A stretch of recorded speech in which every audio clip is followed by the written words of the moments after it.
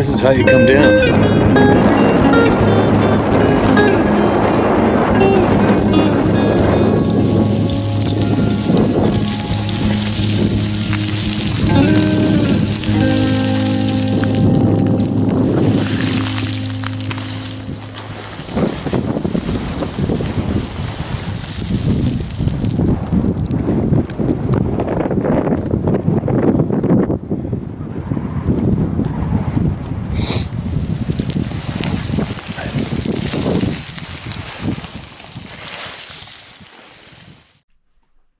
It's time to get some more voices heard as long as we can, right? As long as we can. Man, yesterday Sarah and I both had to go into the larger city. And then on the way home, she had to stop at Best Buy. I don't know if there's Best Buy in the States, probably. Electronics, to drop off a laptop of hers that I guess it ate a half glass of water or something. She's got to get repaired. So get this one. There's a guy standing there on the counter. And he's got his name badge on. Looks like he hasn't washed his hair in about 6 months. Greasier than shit. And he's got this badge in his name. And then it says his pronouns. She, her, and hers. I don't give a shit what anybody thinks. I almost wanted to grab that dude and take him outside and slap some sense into him. Whoever started that shit-eating movement, that psychological damage to society, should be kicked in the nuts. Good God. What the hell's going on? I actually see somebody promoting that for real. Anyway, all right. Sorry, not sorry. Sorry, not sorry. Who do we got? She, her, hers are my pronouns. I'll give you a pronouns of 10 cc's to slap you some sense into your head. Quit being an idiot. Now, pronoun this. The dog man phenomena. Hi Steve, feel free to use my name. It's John. I currently reside in the state of Maine. I want you to know that I appreciate you taking the topic of dog man seriously. It's something that may sound absurd, but it is very real. I can tell you why they flee in the name of Jesus Christ. It's because there is power in his name. Nothing can stand against the name of Jesus Christ. I spent the majority of my life playing around with the dark and the allure that it can fasten its talons upon the hearts of men.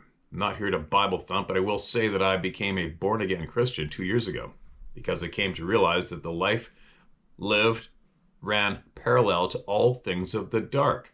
By man's standards, my life may have been deemed acceptable, but God holds man and woman to his standard, the ultimate standard. I'd given my life over to the devil and was saved by the grace of God, not by good works, but only by his grace. I also believe that you have been chosen to be the voice of the people on the subject of cryptids, mainly Sasquatch and Dogman.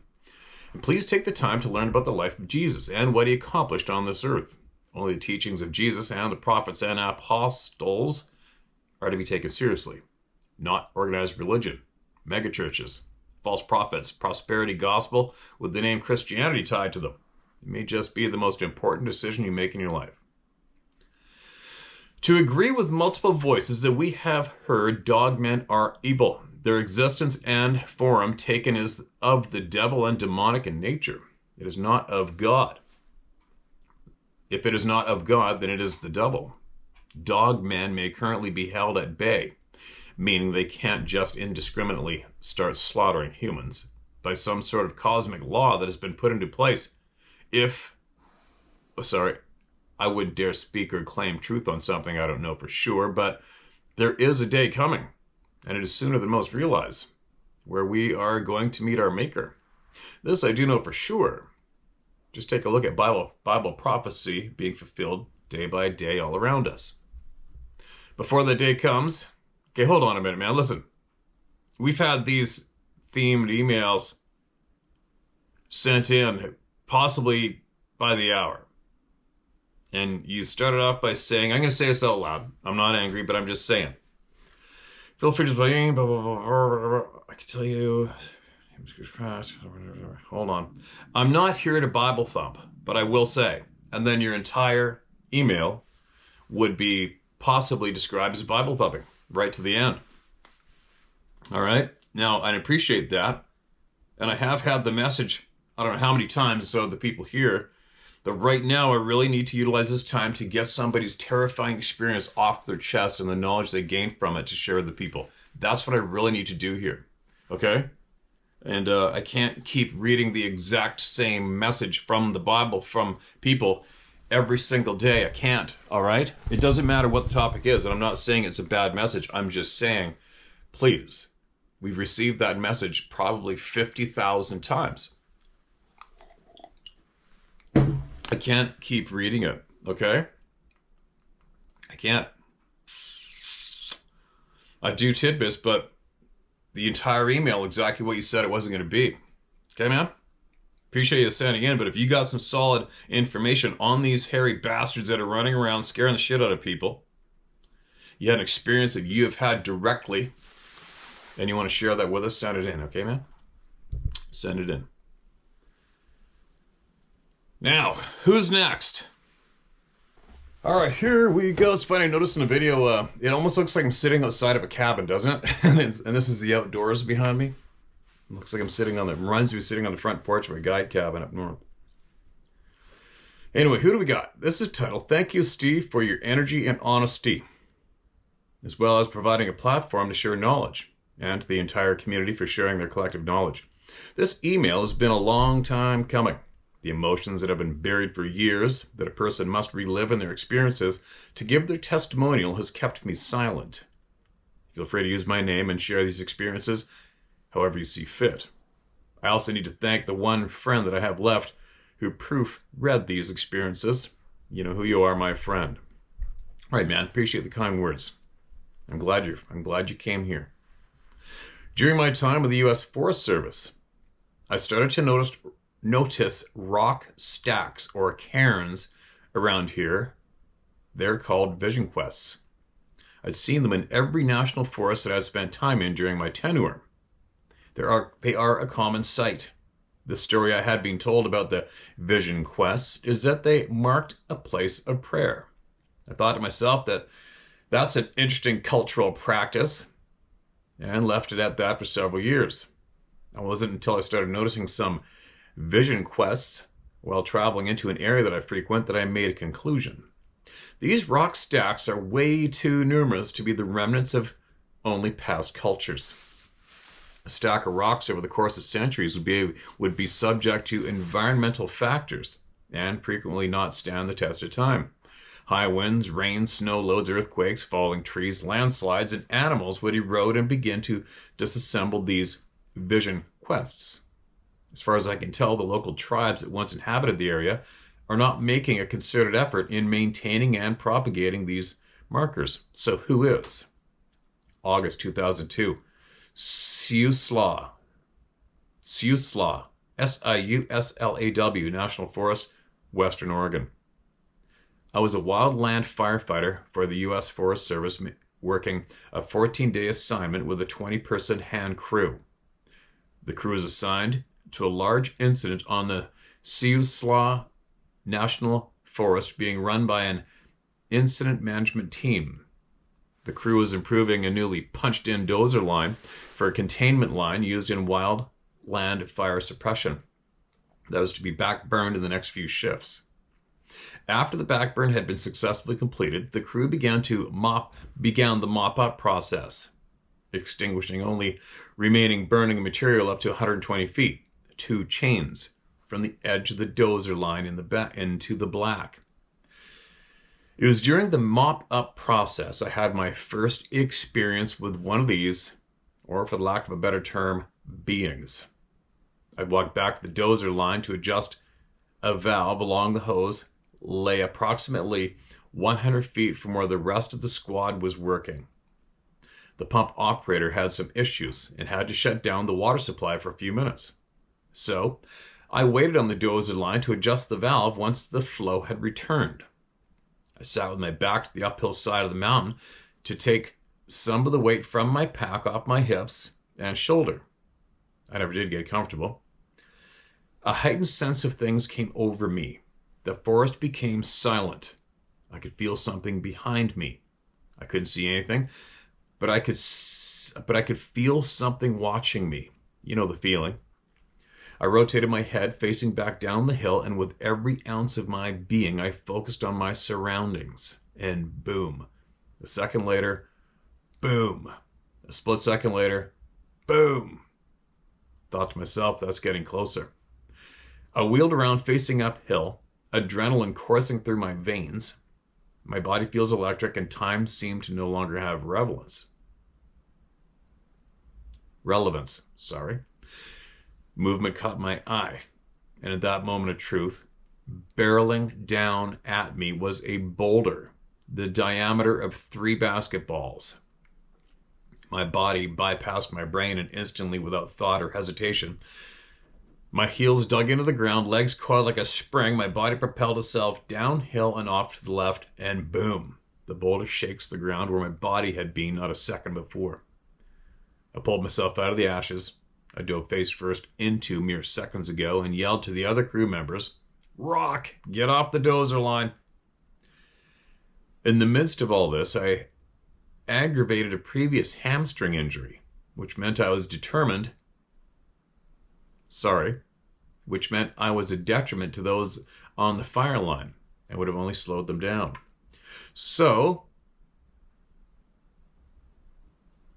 I spent the rest of that assignment with my ass firmly planted in the driver's seat of a truck and holding the distinction of being a roadblock, which in that moment I was more than grateful for. I had no warning aside from the few seconds of noise provided by the boulder itself. That boulder was coming. If one of these beings warn you of their presence, they are being cordial to say the least. Like Steve has said, an animal that is interested in killing you won't tip you off to their presence. A fine observation, I might add. So why did that one take a shot at me? A simple U.S. Forest Service employee in Nomex, our uniform consisting of a bright yellow shirt and green pants. In the Forest Service's orientation training, you were told if you notice any suspicious behavior while out in the forest, it is your responsibility to report it to the Forest Service, LEO, Law Enforcement Officer. These LEOs are federal law enforcement, and there is one on every ranger district in all national forests. They do not answer to the district ranger, the head cheese. They have their own agenda, funding, chain of command, wear bulletproof armor, and pack AR-15s in their patrol vehicles. Seems a bit excessive, maybe. June 2018, Fremont National Forest, Southern Oregon. I was searching for a dispersed campsite in the National Forest to avoid people and fees. It was myself, my 3 dogs, doing some luxury camping. The Jeep was packed full of everything we needed for most of any situation. The campsite we happened upon met our criteria, so I parked the Jeep and let the dogs stretch their legs. The dogs seemed like they approved of the area as it began a thorough marking of their freshly claimed territory. I thought to myself, all right, safe to set up camp now. Found a nice flat place to settle the tent that was beside my Jeep. Noticed a few pieces of obsidian. Reassuring me I wasn't the only person in history that thought this would be a final place to camp. I made a quick survey of the area, and it was full of artifacts from various phases of history. Around dusk, the dogs started acting strangely, staring out into the darkness, uneasy whining mixed in with an occasional growl. I trust my dog's judgment. I put 2 of them in the Jeep and kept one with me in the tent. I woke to my dogs freaking out. What the F is going on? There were lights above me and a noise I can only associate with the burner from a hot air balloon, but much louder. And this part is where it gets hard for me. My palms are sweating, and I'm rocking back and forth to try to fight the desire to get up and run. I open the damn tent. Instant, uncontrollable terror. As I draw upon the memory of this event and put words to paper, I am crying. I'm whimpering in fear. Grown man reduced to tears in an instant. I put my hand up and see 4 yellow lights in a rectangular pattern with 2 red ones in the center. This thing is right over the top of me. I covered the lights with my hand and felt like everything kind of paused. Time stood still. I felt myself back in control. I grabbed the tent zipper, closing the tent door most of the way, and I crumbled to the ground. Dry heaving, cowering in fear, I hid under my sleeping bag and listened as it left. Thankful for my life. As I was leaving that camp, a white bear cub ran out in front of my Jeep. What the royal F? Nope, I'm out of here. I've had my fill of strange shit, thanks. That's a bit of a different one, isn't it? Oh, hold on a minute. Hold on a second. Sun's coming up, reflecting and blazing into my eyes. There we go. August 2018, Fremont National Forest, Southern Oregon. I've been living a nomadic lifestyle, moving as needed to avoid being hassled by the Forest Service and local ranchers. I'd found a dispersed campsite that was 11 miles from the highway. Seemed like an ideal location to accomplish the aforementioned goals. I spent about a month in that location, and I could feel something watching me. I wasn't sure who or what it was, but something was definitely watching me. I would be outside during the day and hear owls calling back and forth. During the night, I could hear finches and songbirds calling. Weird, unexplained shit that was the everyday norm. One day I was out hiking on a bald knob to the north of my camp. I looked down, and to my surprise, there were freshly watered wild onions and other dispersed green vegetation in an otherwise brown, barren, sun-baked southern exposure. I couldn't help myself from pulling up one to make sure that they were indeed wild onions.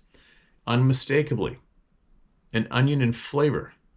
Who would be out here hand-watering wild onions? Near the end of my stay at that campsite, I prayed aloud for a miracle. I asked to find seashells in the desert. The next day, I went out to hike around the camp and found 21 seashells hung in the trees. Thanks, I suppose. I took that as a sign that whoever was watching and listening to me was friendly. Side note, the nearest ocean beach is approximately 350 miles away. That's a little odd. I wonder what would happen if you asked for a cheeseburger and fries. I'm kidding. That's what I would be thinking of in the middle of nowhere. That's what we talked about when we were guiding a couple months into it. Sorry. My last day at that location, I was headed to the nearest town that had reasonably priced groceries. Before I got to the highway, about a mile up the access road, there was a Forest Service roadblock. A fire had started to the west of where we were, and they were letting the public know. I asked the woman staffing the roadblock if she felt I should evacuate. Or would I have time to get groceries today? She told me it should be fine. After a successful day of gathering supplies in town, I returned to the roadblock. Fire behavior increased while I was away, and the road was now closed to the public. I explained to her my situation, that my dogs and most everything I owned were parked 10 miles away. I pointed out my campsite on the map and assured her that I could make it in time. She turned a blind eye, and I sped up the road, not wasting any time. Parked my Jeep in a wide spot. I call them safety zones in the fire world, in the river bottom. I hiked the remaining quarter mile to my campsite, broke down camp in record time, and the dogs and I drove the bus 11 miles back into civilization.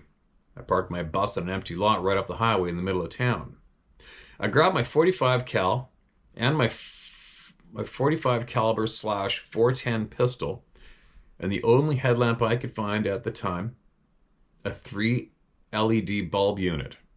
A good headlamp being in my Jeep, of course. I kissed my dogs goodbye and locked the door to my bus. I wasn't about to leave my Jeep up there unattended with a fire inbound. It was about midnight when I started the hike back to my Jeep. The first 3 miles were uneventful. I was singing songs and talking to myself, giving myself words of encouragement along the way.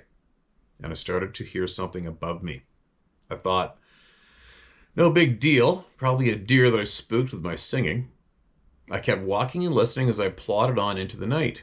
Shit, something is up there. I heard rocks falling down the slope. It sure didn't sound like a four-legged movement. There are campsites along the road. Maybe someone heard me pass by their camp and were messing around, I told myself. I hastened my pace, figuring I could easily outrun them. I was on a paved road, and they were side-hilling in steep terrain on rocks. After miles of speed walking in the dark, I was damn near spent. Whatever was up there was outpacing me. I couldn't keep going. I thought to myself before I was completely exhausted, I'd better make a stand. It won't be much of a fight if I don't. I stopped, took a few deep breaths, and I started talking out loud. I know you're there. I'm not sure who or what you are. I could hear it working its way down the hill, coming closer. But I thought, I know what I'm not going to be is an easy meal. I pulled out my pistol and stared in the darkness in the direction the noise was coming from. I stood in the middle of the road for what seemed like an eternity. I couldn't hear it moving around any longer, and I decided I would slowly walk away, ready to defend myself from attack from the rear if necessary. It never advanced as I crept away. Whatever was out there in the darkness had stopped pursuing me at that point. The total time of my walk was 2 hours and 45 minutes, but it seemed a whole lot longer than that. January 2020, Fremont National Forest, Southern Oregon. I was working at a local ranch that receives regular shipments of feed that are trucked in on semi-trucks, over 20 tons per load. The ranch is running low on feed, so the ranch hands were all anticipating the arrival of a feed truck any time. I noticed a semi-truck coming down the dirt road to the ranch, so I fired up the forklift to get it warmed up. I watched as the truck seemingly inched along the dirt road. I thought to myself, is this delivery person new? Are they lost or confused on where to deliver the feed? What the F's going on here? I got shit I got to get done today. Let's move it along. The truck slowly turns from a broadside view to a head-on view of the truck. Holy mother of Christ, what the F happened to that truck? The front end of the semi-truck was mangled. It was a bloody mess. The truck backed into the loading dock. The familiar pop of the air canister rang out as the park brake was set. A visibly shaken driver comes into view as the door swings open. Quote, "Good morning," end quote, I said. The driver nods, his pale shade of white, and looks like he just saw a ghost. Looks like you're having a bad day on the open road. Again, the driver nods. What did you hit? He looks at me with an anxious look in his eye and says, in thick Russian accent, I hit a bear. It's the middle of winter, man. There aren't any bears walking around this time of year. I hit a bear, he retorts in a tone that desperately screams, end a conversation. All right, well, we'll get you unloaded. The driver was talking to someone in Russian on the phone while we unloaded the trailer. By the time we'd finished unloading, he was off of the phone, pulling mangled pieces of grill and front fender out away from his passenger side wheel. The front of the truck was covered in blood, from the bumper to the window. Chunks of flesh and hair, not fur but hair, embedded in the steel and plastic. 6-inch long reddish brown sprinkled in amongst the blood. The tow hook meant to support the weight of the truck and trailer was bent at a 45-degree angle. I grabbed the Sawzall and started cutting the pieces of grill and front fender away from the tire. The whole time thinking to myself, there isn't a bear large enough to do that kind of damage. This is interesting. February 2020, Fremont National Forest, Southern Oregon. I was working at a local ranch approximately 30 minutes from where my bus was parked. Most of the commute was driving on a scenic highway through ancient dried-up lake beds.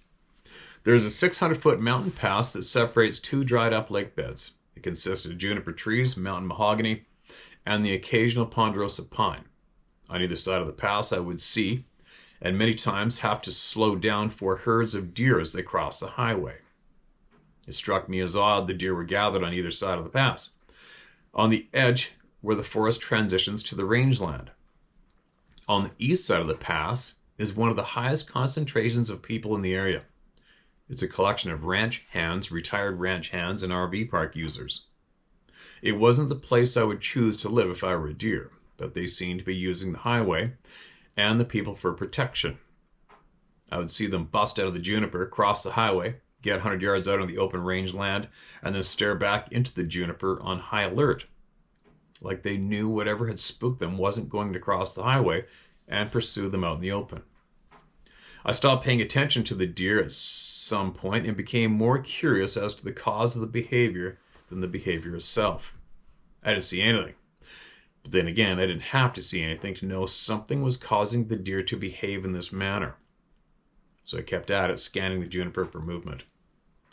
To the east of the highway was rangeland, and there were only a few junipers left on the side of the Forest Service, U.S. Forest Service prescribed burn years before.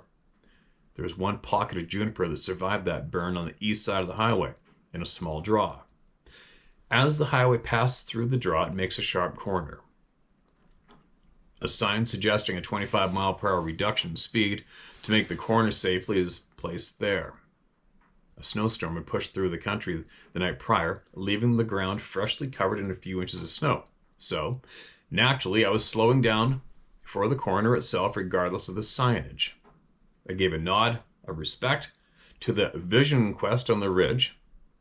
The new snow made it quite easy to notice that the deer had already crossed the highway before I arrived this morning. I gave a glance up in the draw with the juniper pocket. The deer were on the uphill side of the pocket, running back toward the highway. Strange. My attention was needed back on the road so I could navigate the corner in the wintry conditions. I was moving my head from left to right, as you do in wintry conditions with wildlife in the area, and two large, black, upright walking figures appeared from the juniper pocket on the downhill side and held my attention.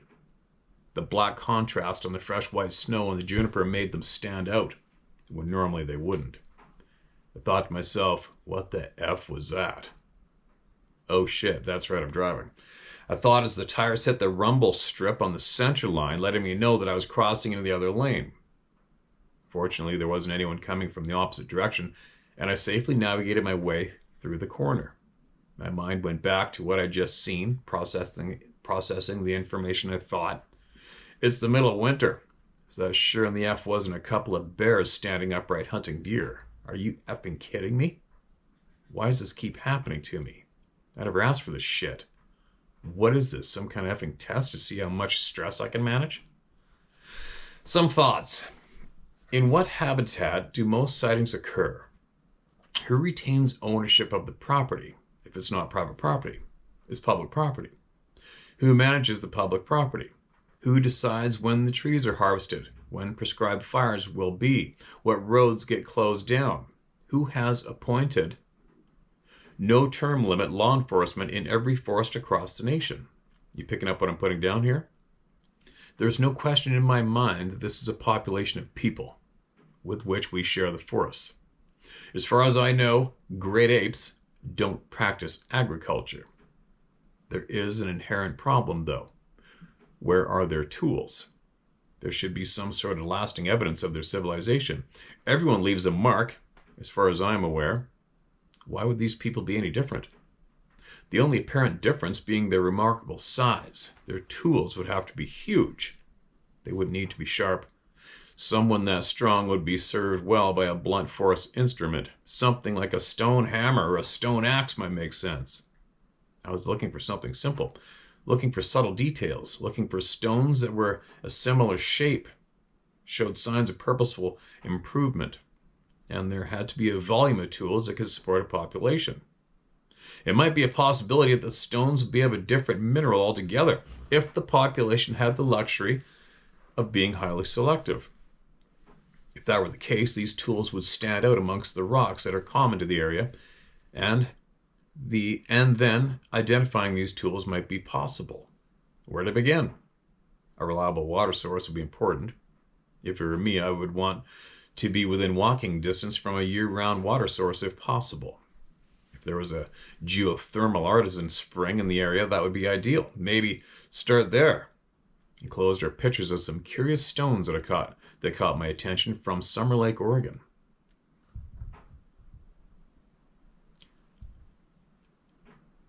Taken to the north and uphill of a high-volume geothermal artesian spring that is on the floor of an ancient dried-up lake bed.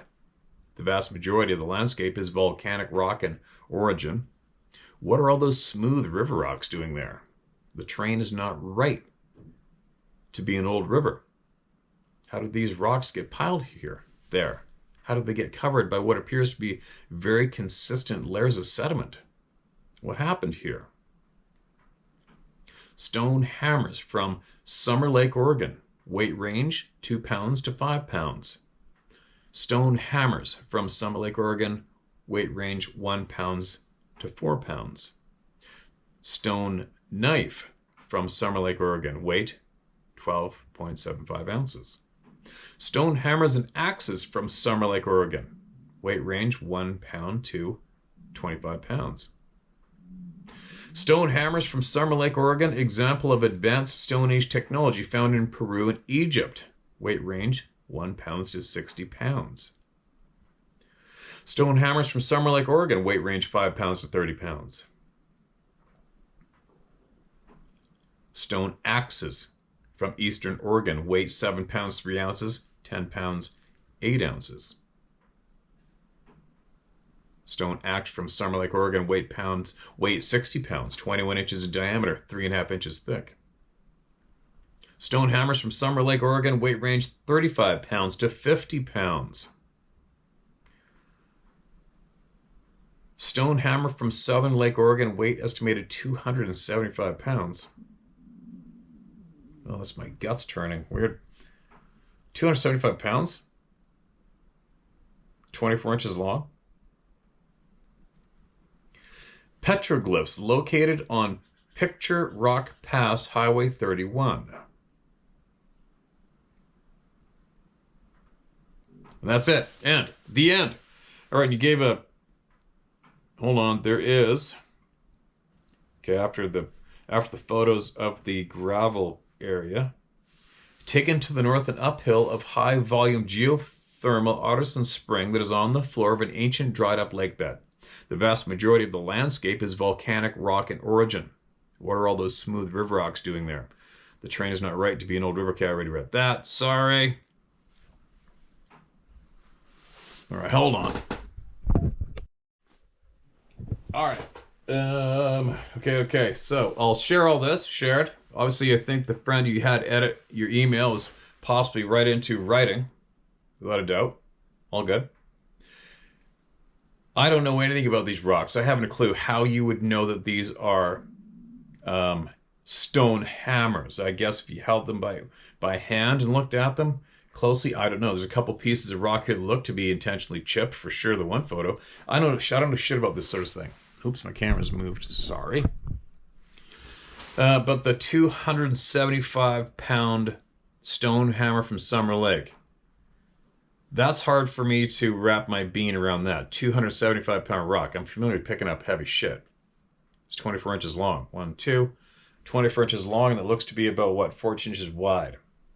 Now, unless that thing was about 3 feet tall coming towards the camera, there's no way that's 275 pounds. Not a chance. That's all I got to say. Anyway, there you go, man. I shared it. Sounds like you've had some goofy stuff go down for sure. And, we'll see. Maybe somebody can relate to these rocks. Maybe somebody can't. I don't know. We'll see what comes, right? We'll see what comes. Shared. All right, here's another one. Excuse me. This is titled Brasstown, North Carolina, 1986, age 15. Steve, I'm sorry about the length of this story. It wouldn't achieve the real seriousness of what happened to me had I taken any detail from it. I understand you most likely won't use it due to time restrictions, and I'm fine with that, but at least you can grasp what happened to me and kind of get an idea what I'm about and why I post on your pages and explain the things I do to some of your YouTube trolls that demean evidence or a body. My 30-plus years of digging into this topic to cover up the lies, the truths that would blow the average person's mind away is just Another day at the office for me. I've read thousands of testimonials, stored thousands of pictures and videos. I've also snagged about 80 to 100 people I've told about you that now follow you and will be behind you as you march forward with the real truth to the questions everyone has related to this topic. If you choose to use my name, that's fine.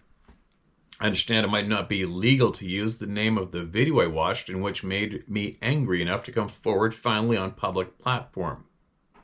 This is a true story, and I've kind of bottled it up until the last few months. I posted this to a video on YouTube via Ray Nichols titled Sasquatch Spotted by Campers, a video that really got me angry. I edited it at the time I wrote it because it wasn't nice. But here's my story. Feel free to see the video that created my reason for stepping forward. People like you, Ray Nichols, and these videos and hoaxes that make fun of the seriousness that it actually is why people won't step forward and tell the truth about what they have seen and what it did to them mentally. The reason people are afraid to come forward and say what I will. It ain't no joke when you got something like this looking you right in the eyes. Watching it watch you while you can tell it's calculating what it should do about you and its domain. You realize how massive it is and that you got its 100% attention. Every bit of its focus is directly on you. At that moment, you have two reactions, and it's something everything on this planet has, fight or flight. And then your brain's motor skills shut down. You're not doing anything because you're stone frozen, totally and utterly helpless, knowing damn well the gun you have for protection will most likely piss it off even more. And even moving to reach for it isn't even an option at that exact moment in time. Trust me when I say that. Don't get me wrong, I wouldn't go down without trying to prevent my demise, but just the overall size and demeanor and the look it had was pure hostile. Just looking at its massive chest, the size of its head and hands, a very fit specimen that reminded me of one of those barrel-chested men you see on those tough man challenges. The difference being, this thing was maybe 3 or 4 times bigger. It was wider than it was tall. Sorry, it was wider than I was tall. And if it wasn't slightly bent over, its head would have been in the tree. It sounds far-fetched, but it is what it is. Take it or leave it. I don't really care who does or doesn't believe me anymore at this point. Its height reminded me of a giraffe exhibit at the zoo. I've watched hours and hours of Bigfoot footage trying to help me swallow the bitter taste it left in my mouth. I've come to the conclusion. The thing I seen must have been in its prime years, and if they have a hierarchy amongst Bigfoots, this one held one of the top seats. I noticed right off its black hair was clean. Almost like it didn't belong in the middle of the woods. I don't know how to explain it. It had shiny hair and was actually well kept and maintained like it brushed its hair.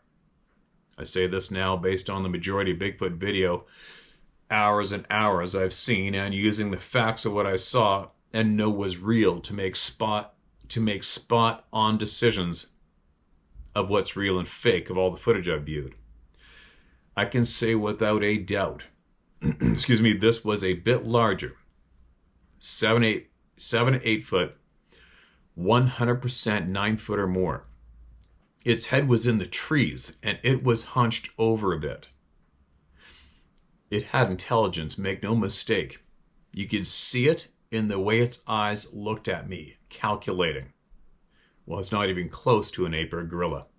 This thing was a giant human with hair, to put it simply. I was hoping to watch a video and just catch a glimpse of something similar to what this thing was like. I've seen the Sylvanian Bigfoot footage and it wasn't that. And I've seen the Patterson video and it wasn't that. It had a more human face, wide jawline. The mouth seemed lower than a human. like there was a bigger gap from the bottom of its nose to its mouth. Its brow line was slightly protruding, but not like a Neanderthal. Face had no hair, other than sideburns that went into a beard that went all the way around the bottom of its chin and back to the opposite sideburn. And its eyebrows were connected. A full line of hair crossed the underside of its brow line. Definitely was human. And I could understand someone not wanting to shoot because of the human characteristics, but that's not what stopped me that day. I can't put my finger on it to this day, but the look of it and how the odd feeling that came over me as I unknowingly got closer to it felt like someone was watching me.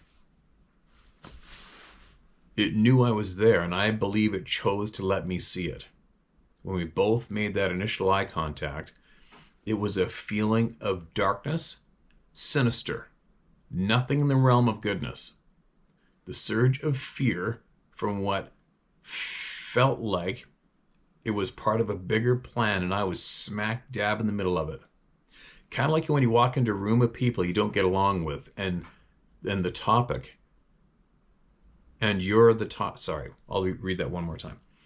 Kind of like when you walk into a room of people you don't get along with, and you are the topic, and nobody's saying nice things as you walk in. Everyone stops talking and looks right at you. That's as close as I can get. I'll never ever be able to explain how demoralizing, humbled, and at the same time worthless and feeble this thing made me feel. Your mental state, who you might think you are, curls right up in a ball and says, "Mommy." Pure fear. Instantly put my world into perspective and crushed my soul. At that second, you are a shell of a man, predator and prey. It's changed everything inside me and how I feel about everything. That day will never go away. Forever instilled in my mind's eye. I understand you wouldn't have any idea why something like this video for everyone to see could piss me off so badly, and I'm almost sorry to vent on you, but people like myself and others like me have had similar encounters and won't say a word to anybody. Partly don't want to be laughed at because of videos like this that makes fun of the situation. Partly still scared to death, and even mentioning the ordeal brings you right back to that day. But mainly because they don't have the effing balls to stand up and say what happened and how bad it screwed them up mentally. Please don't insult my intelligence by saying this video is real. If you'd seen what I seen, this upload would have never happened, not to mention this hairy guy here misses the mark by 3 to 4 feet, and I'd say 400 to 500 pounds and then some. Hard to say. Honestly, I rarely go public with this. I will tell anyone my story that asks me about that day, but for the most part, I keep that day bottled up. I will let you know, though. It stared at me for 30-ish seconds. And when I say 30, it felt like 30 hours. I still feel like I'm there when I recall that day, or if I stumble across something that stirs a memory from that day. That 30 seconds of my life can be remembered in such detail. Its eyes burned a hole in my soul. The way it was hunched over like it was going to jump towards me. It had the lowest, slowest growl I've ever heard in my life. Damn, I got the chills writing that. There isn't anything I can't remember about that day. It's like it heightened my senses. Anyway, after it knew and made sure I knew it was boss, I messed up by making the worst decision of my life that day by walking northwest in the woods looking for morel. Sorry, guys.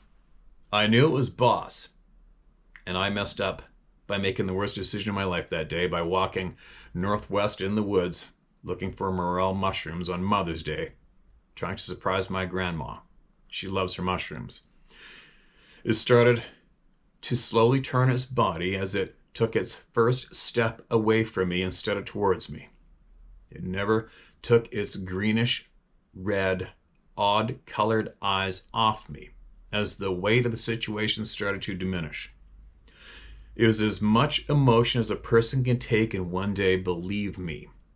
It was like all the air was taken from me. And then 30 seconds later, smacked in the face with a breeze. I should have played the lottery that day because I was extremely lucky to still be alive. I got to see something like that up close and personal. It was unreal to me to see something that was so gigantic be so agile. It walked with a flow. There was no jerk to its step. Its head did not bob up or down.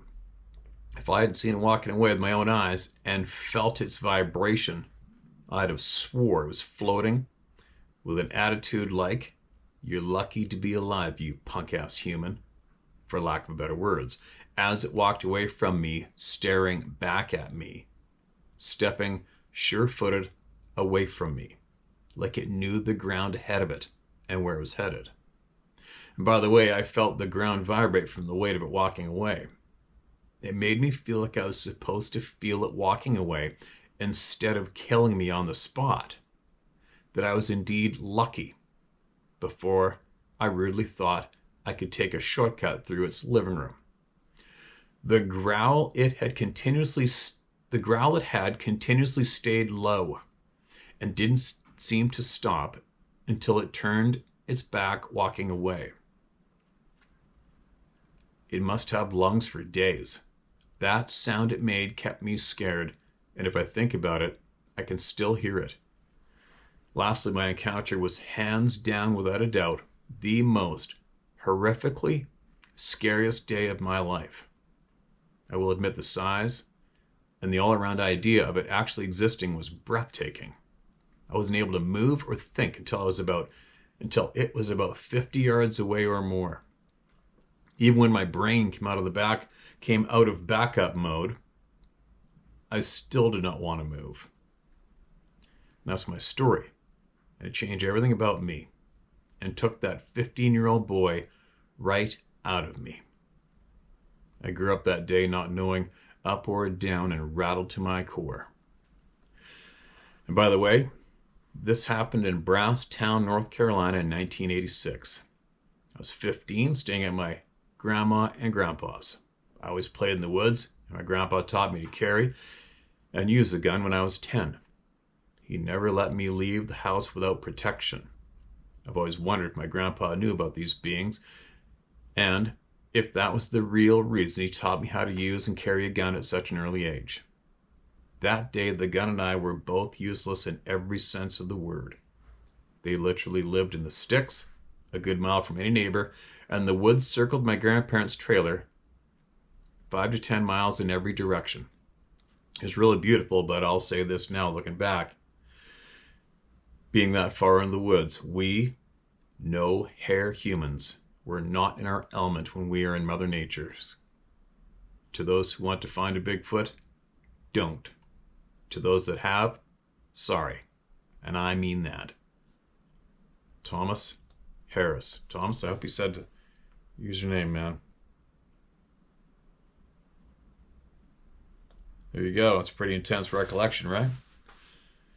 Pretty intense recollection. He knew how to get that point across to all of us, didn't he? Pretty good. Very good. And there you go.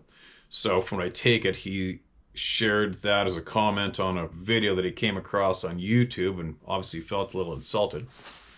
Can't blame him, I suppose, but it's kind of tough. You can't, it's tough. I'm guilty. You can't react online.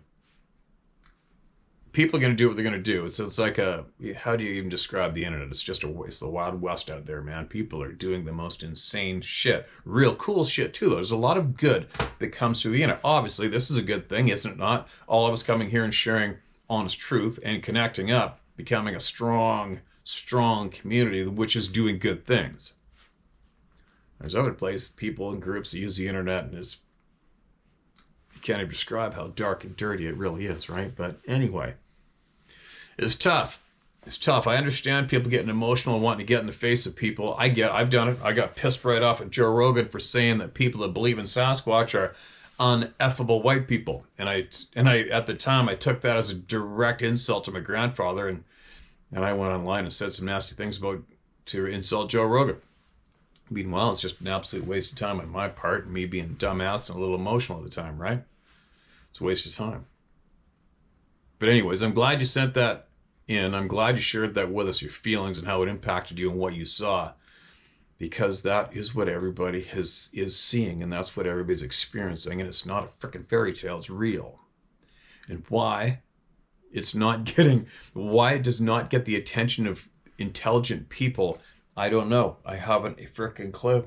It's so bizarre. Being a human being is freaking bizarre. Right? It's like I said a little while ago. Somebody comes up to me and tells me saw a 9, 10 foot, 11 foot tall, hairy human being out back behind my property. You've got my attention. What? You know what? It's like not like, oh, that sounds weird. Did you see the hockey game the other night? Right? Anyway, I'm going to carry on instead of babble. I appreciate you sending that to us. Big time. That was a very well written out message to the world. Now,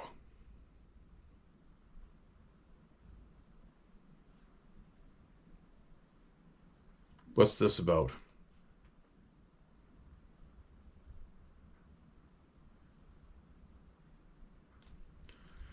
This is short, marked as red. This is titled Something Huge. Hi, I've been watching your program for over a year now. I'm from Los Angeles, but would visit my relatives in Toronto every summer. My Uncle Jerry, who died recently, had a houseboat. And one summer we took it up the locks, way up into the area of Algonquin, but not really sure as I was 14 at the time, but I know the town of Halliburton was part of the trip. One night we tied up next to a small island and we played Monopoly into the night. I just watched a program on TV about Bigfoot and joked with my uncle about it, and he told me they can swim and not to worry. Oh, sorry. And he told me, quote, they can't swim, end quote, not to worry. Back then, Bigfoot was really popular. Early that morning, I felt something that woke me up. My fear was so strong, I froze and couldn't breathe. And then it happened. Something rocked the boat like something huge was trying to board her. My window of berth was next to land, and I was frozen solid. I had this fight or flight moment, but couldn't even speak to wake everyone. In the morning, I told everyone what happened. Nobody believed me. They said I watched too much TV. I know what I experienced. Never told a soul after that, but knew something was out there. I think they swim. Jordan Weinberg, Lake Tahoe, California. Appreciate it, Jordan. Short, to the point. Probably didn't sound like much to many, but guess what? When something like that happens, the intenseness of that experience is tough to put into type. And for somebody to go out of their way and share that with the world through here, it must have been pretty freaking intense, and I never forgot it, right? So, there you go. The terror again. Okay, one more and I gotta get going because I've got a full freaking day again. Here we go. This is titled Sasquatch Gave Me a Gift / Surrendered - Bizarre Friendly Encounter. That's a different title. Hey Steve, I'm just gonna get straight to the story and to save you and everyone time. Double space to make it easier to read. All right, here we go. My name is also Steve. I'm 59 and I live in the Appalachian Mountains of Virginia in the eastern U.S. And this happened in November, just a couple of months ago. I always had a gut feeling Sasquatch were in the mountains, but I had never any experience until now, other than hearing unnerving screeches in the middle of the night, and secondhand experience from stories of the locals, none of which were friendly encounters. Mine was different. It was also surreal in an inexplicable way. Fly fishing for native trout in the remote streams of the Appalachians is one of my favorite pastimes. I had the day off, so I figured I'd spend the whole day in the woods, out in the woods, at one of my favorite remote blue line streams. It's about 6 feet across with large boulders and many tumbling cascades. Surrounded by steep cliffs on either side, nearly impossible for any man to climb up without professional equipment. The sun was winding down, and I had a long drive out of there on the seldom traveled hiker trail. I've only seen 3 groups of people in the 10 years that I have frequented that spot. And this day was a weekday. No cars in the parking lot to the trailhead when I arrived or when I left. Keep that in mind. I was about to head back when I heard something large moving through the water. I assumed it was a black bear or a group of deer crossing the stream. With all the large boulders, I couldn't see what the noise was coming from. I backed away with respectful caution, as it was very close. I kept my eyes on the large boulder that the sound was apparently behind. And to my surprise, an abnormally long human arm swung out in front of it, followed by its legs. Then I whispered to myself, I'll be damned a Bigfoot. I felt like I could have escaped easily, but I felt no fear, just immense curiosity. When he crossed the stream and noticed me, and it looked like the living shit was scared out of him. I simply stood in awe.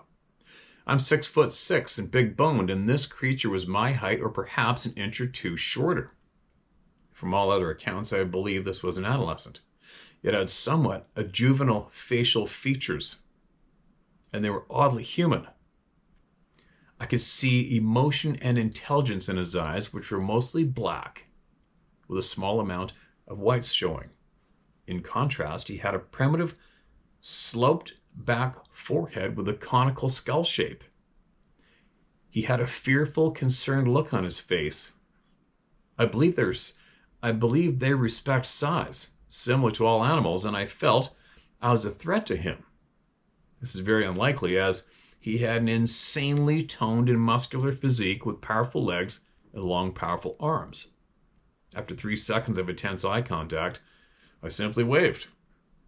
And what he did next was amazing and surreal. It turns out this creature was a fisherman like myself.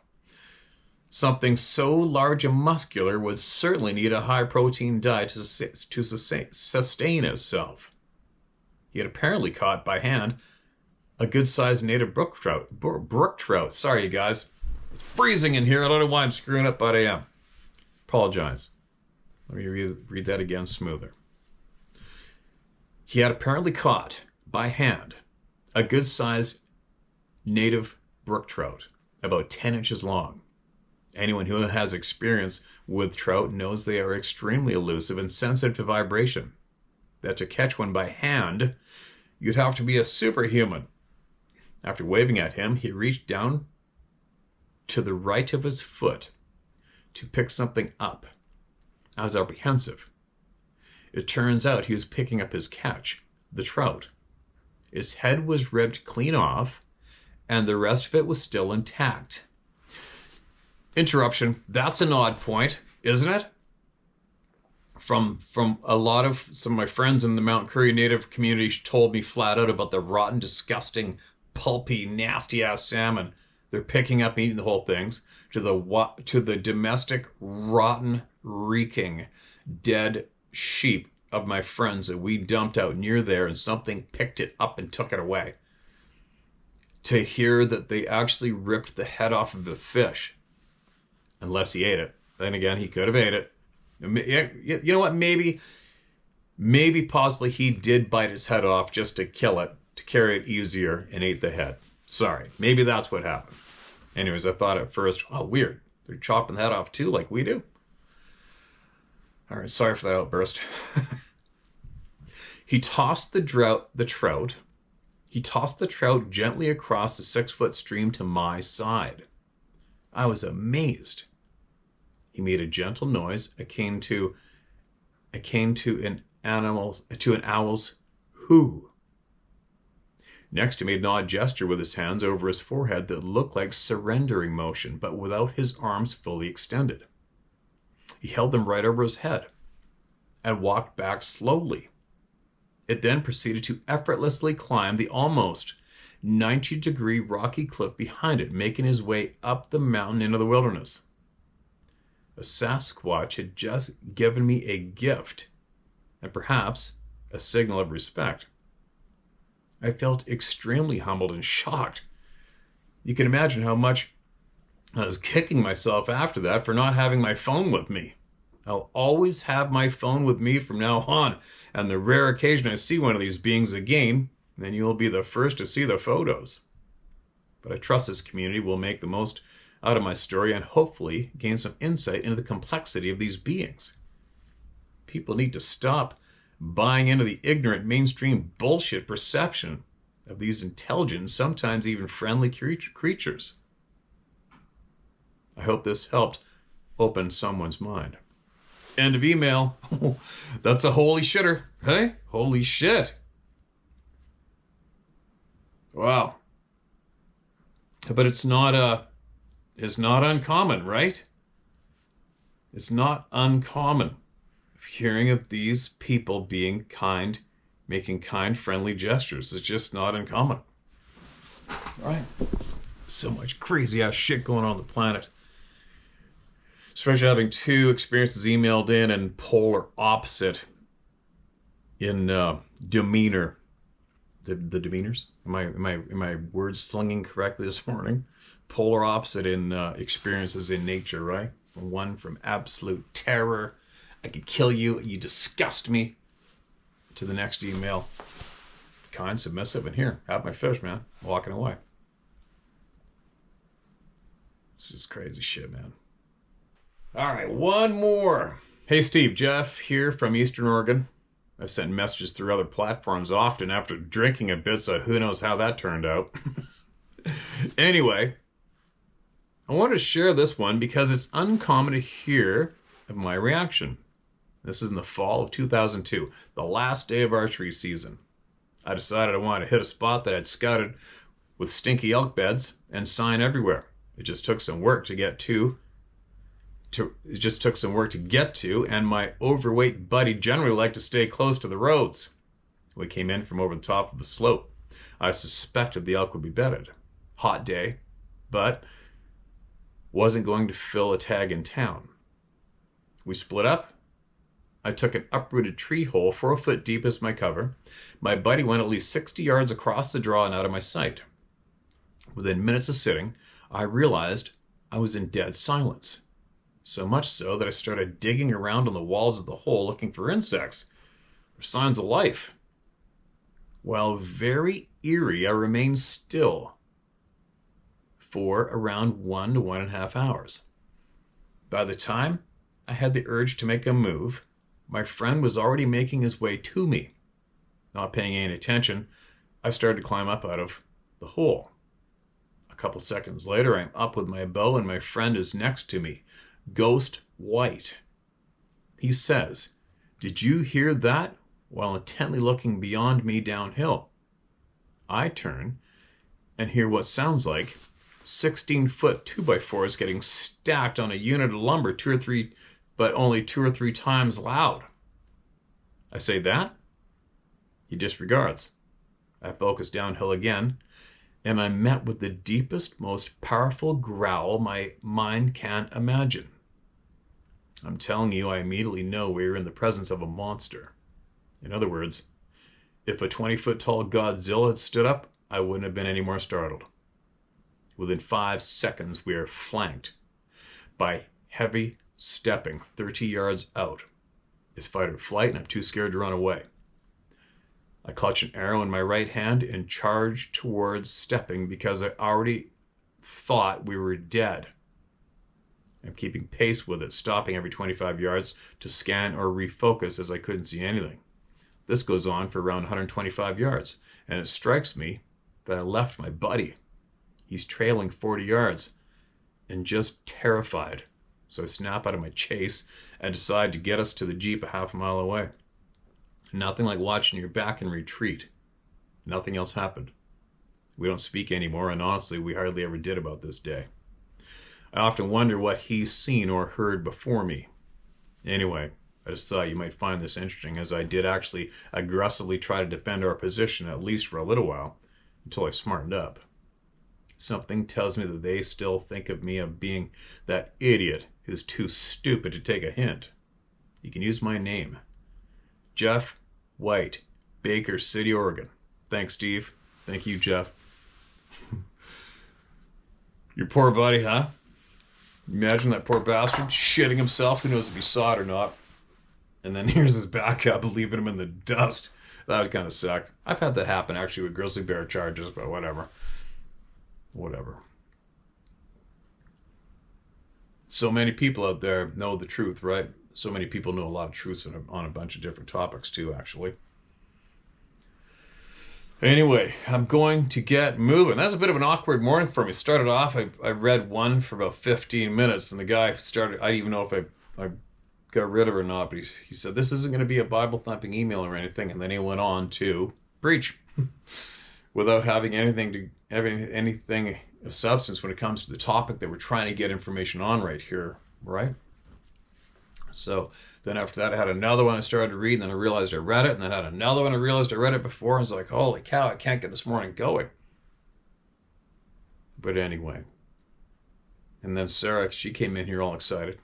And that was another little interruption, but I'll share what happened there for the curious. So Ruby, we've never trained her to be aggressive in any way. I guess Caucasian Shepherds, she's a Caucasian Shepherd / Mastiff cross. So I guess they have their automatic protection guard dogs in their blood, right? Anyway, she barks all the time, she growls and shit, but she's a big, she's a happy dog, she's friendly and affectionate, but I noticed she's naturally very protective, which is why I decided I wanted to get her. So Sarah's walking through that timbered area of the park down by the river where she had smelt the stink a few months ago, and as well where she felt somebody right behind her, nobody's there. And they're walking along, she goes, we're walking down the trail. And the sun's in her eyes and the noise of the river on her right. I'm guessing the wind must have been in their face, otherwise the dog would have known what was up, but she said she couldn't see anything in front of her for a second. She goes, all of a sudden, boom, there's this man in front of us. And I'm like, what? What do you mean in front of you? It's like right in front of us. And she said that Ruby instantly jumped up on the guy, woof, with her front paws and barked at him. I go, barked at him? Like friendly? She goes, no.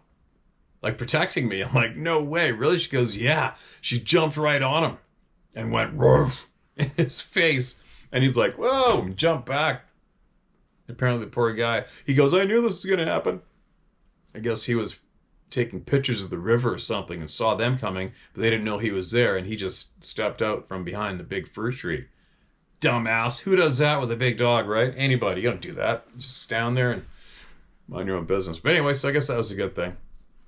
That was a really good thing. And I guess on that note, too, with Ruby and her, she had to take the 20-pound propane bottle to the gas station to get it filled. And I guess Ruby was in the back seat, and the guy carried the propane bottle over and put it, because I haven't seen Ruby being aggressive with anybody yet. So it's interesting to hear these stories, but it's relieving too because it's with Sarah when she's alone. And then I guess he opened up the back door of the truck to put the propane bottle in, and Ruby was there, and Sarah says she got real low and went like this, and scared the shit out of the poor guy. So there you go. I wouldn't want her latched onto me. I mean, we fight pretty aggressive. We play very aggressive. And she just back down, man. Like the shit I do to that dog, wrestling, she does not yelp and she does not back down. I would not want that dog shredding into me. Oh my God. Anyway, I'm babbling away. I gotta go. I got another road trip I gotta do. And then I just might finally turn my phone back on, and I gotta get caught up with a lot of people. I had a real tough week. No big deal. And I'll be back tomorrow. So make sure you get whatever you got. Get your message to the people through me sent to sharemystory@howtohunt.com or tellmystory@howtohunt.com. All right. And then what else? Sarah's doing her second shop. She does the main huge shop for the 2 carts of food now at Costco. And then she gets the milk and butter etc. There's a big sale going on today at Save On Foods or some damn things. She hits that and gets that shop done today. And then she makes all the different packages up, and then she goes out and delivers it to these hungry children. I don't know what the count's going to be after today, but I'll let you guys know. And once she gets that photograph of the food, to let you guys know where the membership money went, I'll post that up, and I'll post up how many hungry children have been fed and taught about community at the same time at the end of the day. There you go. I'll be back tomorrow.